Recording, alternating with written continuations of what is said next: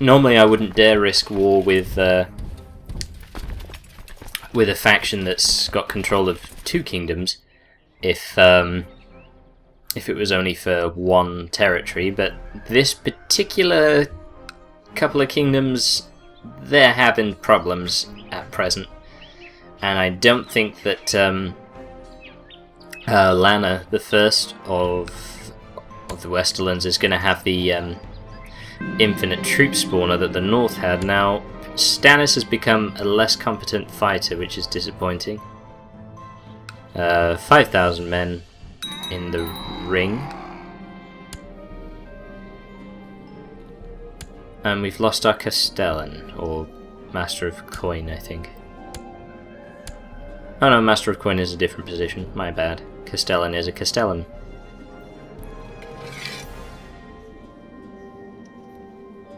Pacify those filthy peasants.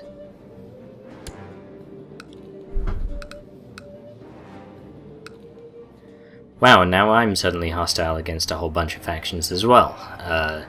That must have been how the North managed it.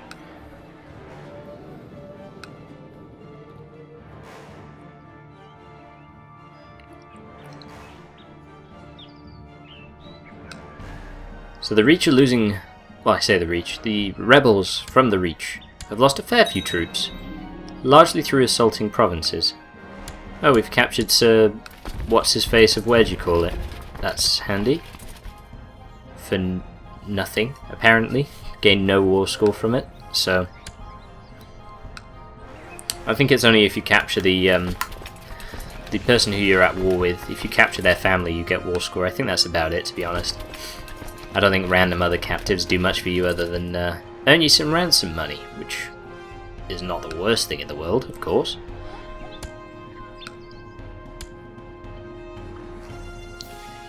So we've called in Stannis Jr. and Simon the First, who is a Baratheon. Did we install him there? I think we did. I'm pretty sure, well, it wasn't like his father or anything, is it? Because he's ancient, so... Yes, he's the one. I have trouble keeping track of names sometimes, but in this case I'm correct. Now, interestingly, the rebels from the Reach are, in fact,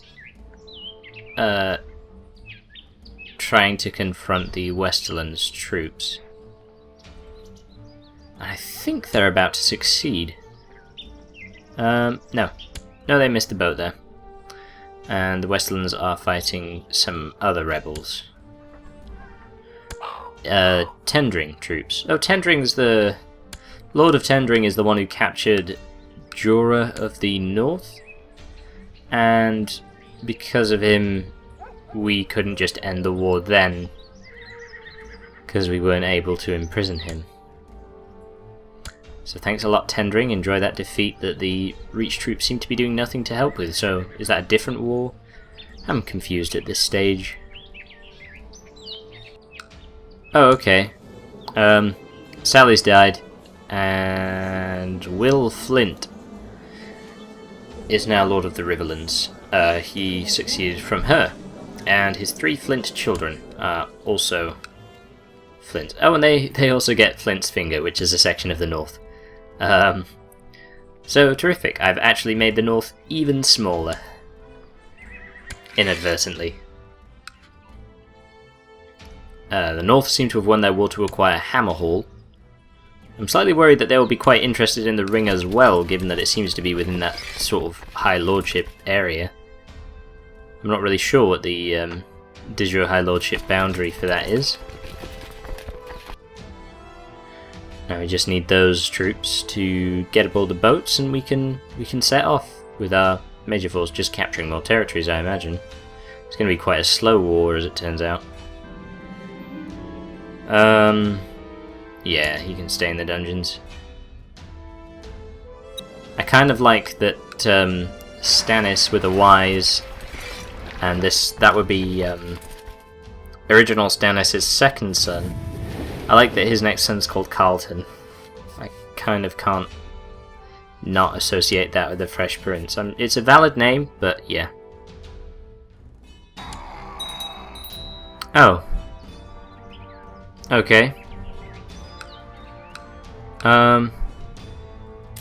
Apparently I can't claim the ring anymore. Why?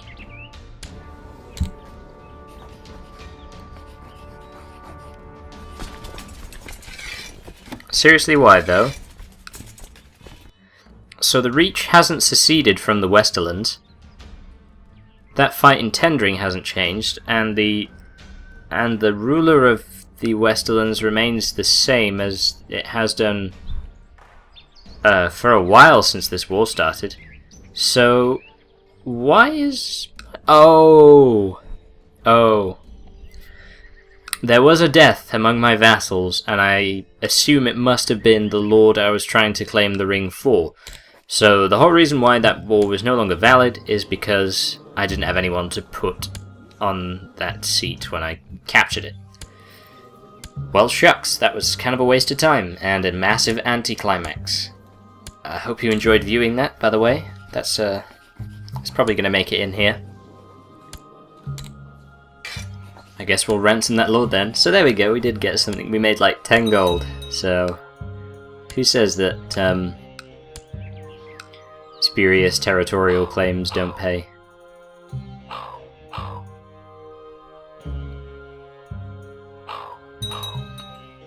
Now the real fun comes in watching the Reach have a war with the Westerlands. Well, the Westerlands looks more or less unified right now. I'm guessing that they won their war to prevent being taken over by the North. Reassuring. Huh. Wait, my daughter-in-law is trying to kill me. Well, that's pretty damn vindictive of you there. Hopefully she'll quit that. Another council vacancy, this time for the Master of Laws. Miles. You my boy. Claim me some territories.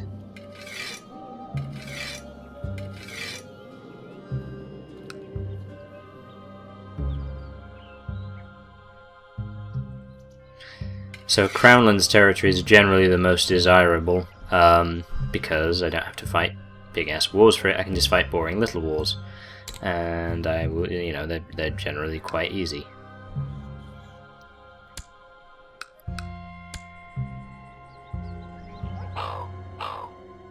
Well, thank you for dropping that particular grudge. Goodness me. Huh.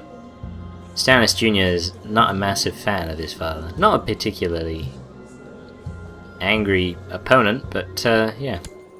And there's Casper, who will be the... Oh, wow.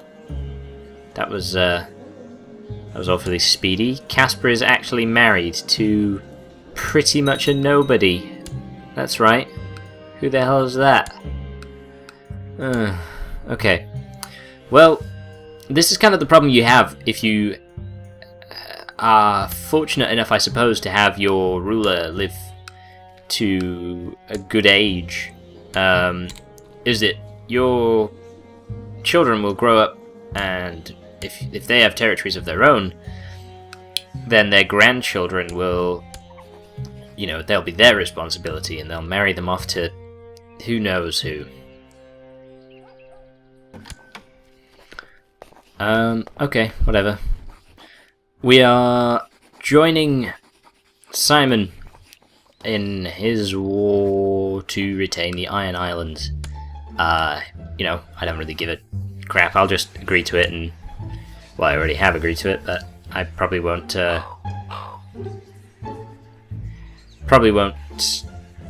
be... I probably won't send any troops there, but yeah. Oh, would you look at that? There's another war to try and claim the Riverlands. That didn't take long at all. You'd have thought by now that the Lord of the Riverlands, or at least that family, would have earned some respect among their vassals, given how many rebellions they've had to fight off within such a short space of time. Also, you may have noticed that I'm, like, dabbling with a plot to kill my eldest son so that the Stannis line is preserved, but look, it's just an exercise in shut up. So this war was straight up declared by Jorah of the North, and the Riverlands, they have precious few troops. Like, they don't seem to have very many at all, and Jorah can pretty much infinitely spawn troops. This has been established. There is literally no limit to the number of men that he can send down on the Riverlands. We have experienced this firsthand. Which is discouraging, because I can't see how the Riverlands are going to stand up to this.